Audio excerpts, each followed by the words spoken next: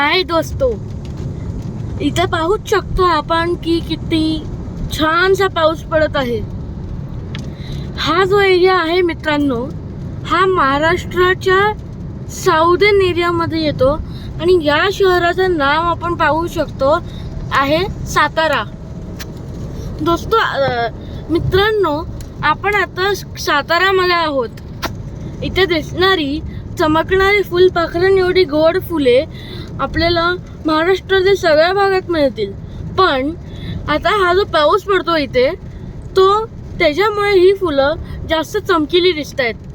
मला माहिती आहे की आपल्यापैकी खूपशा लोकांना आणि मुलांना हे माहिती आहे की पुण्यात, त्याच्यानंतर कल्याण अशा भागात सुद्धा पाऊस झाला होता.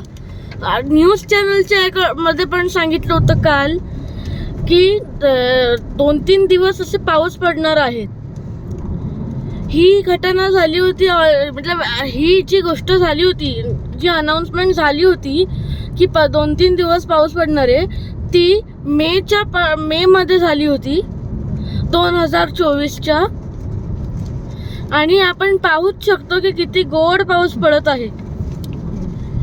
मला माहिती आहे मित्रांनो की अशा हायवेवरती हात बाहेर टाकणं किंवा सनरूफवरती उभं राहणं हे गुन्हा आहे, तरी सेफ नाही आहे. खूपशी लोक करतात ज्यांचे इंडिकेटर वर्क करत नाही, ते हात दाखवतात, त्याच्यासाठी अलाउन्स असतो. पण अशा मजेमध्ये काही झालं तर मग आपण काय करतो, हायवेच्या लोकांना ब्लेम टाकतो की तुम्ही अशा प्रॉपर रूल्स बनवत नाही.